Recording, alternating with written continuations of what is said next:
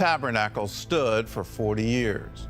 Chris Mitchell visited the excavation site to bring us this firsthand look at how more and more discoveries are bringing the Bible to life. Let's go into a world where ancient traditions meet modern aspirations. The Feast of Tabernacles has just concluded, and it's time to uncover the secrets behind this extraordinary event. According to theological interpretations and biblical prophecies, the reenactment of this festival and the rebuilding of the Third Temple are believed to be precursors to the arrival of the Messiah. Can you hear the whispers? The end times may be drawing near. But what does this mean for the future? Are we on the brink of the Third Temple being built? Picture this. Jerusalem, the holy city, was recently filled with celebration and anticipation. It was a clear sign that the long-awaited rebuilding of the Third Temple is underway. But this reenactment is no ordinary historical show. It is a powerful symbol of faith and continuity, a bridge connecting our past to the present, and a declaration of hope for the future. At the heart of this reenactment lies the idea of restoring a spiritual and cultural legacy. The water libation ceremony takes center stage, a moment where blessings are sought and a renewed connection with the divine is fervently prayed for. It's not just about a temple, you see. It's about a promise of a brighter and more unified future. For many, this reenactment resonates deeply with their spiritual beliefs. It speaks volumes about their enduring faith and their unwavering yearning for a future illuminated by the presence of the Third Temple and the return of the Messiah. The idea of the second coming of the Messiah is a deeply significant concept in various religious traditions, especially in Christianity and the Abrahamic faiths. But let's be real. Do we really believe that Jesus is going to come back and save the world? We mean, it's a nice idea and all, but can we really trust these biblical teachings? According to Christians, the second coming of Jesus is a huge deal. They believe that he will come back to earth in all his glory and fulfill the prophecies written in the New Testament. Apparently, there will also be other crazy things happening, like dead people coming back to life and a final judgment. And of course, let's not forget about the establishment of God's kingdom on earth, with peace and righteousness everywhere. Sounds too good to be true, right? But hey, this whole concept is not just about theology. It's also about finding comfort and hope in the face of sin and evil. The idea that Jesus will come back and get rid of all the bad stuff is definitely reassuring. It's like a guarantee that everything will be all right in the end. Now, let's not forget that different people interpret this whole second coming thing in different ways. Some think it will be a literal return of Jesus, while others see it as more of a symbolic or metaphorical event. So, who really knows what's going to happen? And let's not forget about Judaism. They have their own take on the second coming. For them, it's not about Jesus, but rather a future Jewish king who will bring about a messianic age. Christians, especially those with dispensationalist beliefs, also consider the construction of the Third Temple a crucial end times event. They believe that certain passages in the New Testament, such as 2 Thessalonians 2:4 and Revelation 11:1, point to a physical Third Temple preceding apocalyptic events. According to their interpretation, the Third Temple signifies the imminent return of Jesus Christ and holds the key to redemption and eternal life. These diverse interpretations and discussions demonstrate the complex nature of messianic expectations and the significance of the temple in Jewish and Christian theology. They encourage us to explore the connections between prophecy, temple reconstruction, and spiritual renewal that are associated with the arrival of the Messiah. What is the Festival of the Tabernacle, and how did people celebrate it in the past? The Festival of the Tabernacle, also known as Sukkot, was a significant event in Judaism that took place during the time of the previous two temples. It was one of the major pilgrimage festivals, along with Passover and Shavuot. During this festival, the Israelites were commanded to travel to the temple in Jerusalem. The holiday lasted for 7 days, with the first day being a Sabbath-like observance that prohibited work. The following days, known as Chol HaMoed, were considered intermediate days. The seventh day, known as Hosanna Rabbah, held special significance as it marked the conclusion of the season of divine judgment for the new year. It was a commemoration of the 40 years when the children of Israel wandered in the desert. The Festival of the Tabernacle was observed by dwelling in temporary shelters. It was celebrated on the 15th day of Tishrei, which falls between late September and late October. The book of 1 Kings is important in understanding the history of this festival.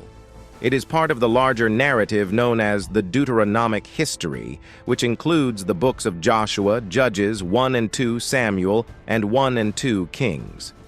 In 1 Kings 8, there are two mentions of all of Israel converging before King Solomon during a festival in the month of Ethanim. In this chapter, King Solomon consecrates the newly erected temple in Jerusalem, which was a crucial moment in Israel's history. The Ark of the Covenant was placed within the temple, accompanied by Solomon's prayer of dedication.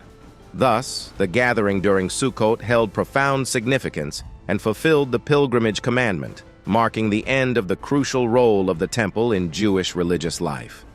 Moving forward to the aftermath of the Babylonian captivity, Cyrus II of Persia allowed the Jews to return to Jerusalem for the reconstruction of the temple. The book of Ezra chronicles this return and the subsequent rebuilding process. According to Ezra 3:16, the returning exiles gathered in Jerusalem to celebrate Sukkot. They followed the prescribed rituals, presenting regular burnt offerings and giving free will offerings each day. The festival was celebrated with joy as it signified the reinstatement of religious practices and a resurgence of faith observance after years of exile. One of the outstanding rituals performed during Sukkot in the time of the temple in Jerusalem was the water libation ceremony. This was a symbolic act of pouring water onto the temple's altar as a gesture of gratitude and a plea for rain in the upcoming year. It was part of the Sukkot traditions, which also included dwelling in temporary huts, sukkah, and waving a bundle of 4 plant species. Though the Bible doesn't explicitly tie King Hezekiah to this ritual, his advancements in the city's water system likely facilitated the ceremony, ensuring a reliable water supply within the city walls. The water libation ceremony carried messianic expectations and was associated with divine blessings. Water holds significance in various cultures and religions, representing life and purification. In the context of biblical texts, pouring water symbolizes God's outpouring of His Spirit upon the land and people, signifying spiritual renewal and the fulfillment of divine promises. The water libation ceremony was crucial for purification, as water is considered a universal purifying element.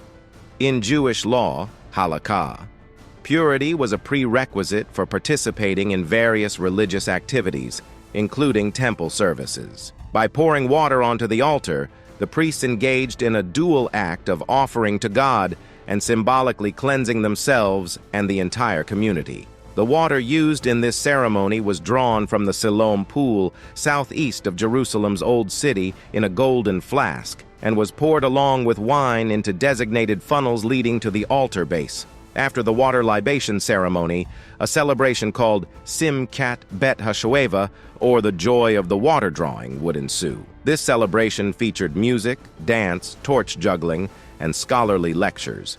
It highlighted the symbolic and practical implications of the water libation ceremony, emphasizing the spiritual depth of Sukkot and the central role water played in Jewish rituals. The water libation wasn't a one-time affair, but occurred each morning throughout Sukkot, with priests preparing for the ceremony in a cycle. Are you intrigued by the rituals and ceremonies of Sukkot in Jewish tradition? Have you ever wondered about the deeper meanings behind these practices and their significance today?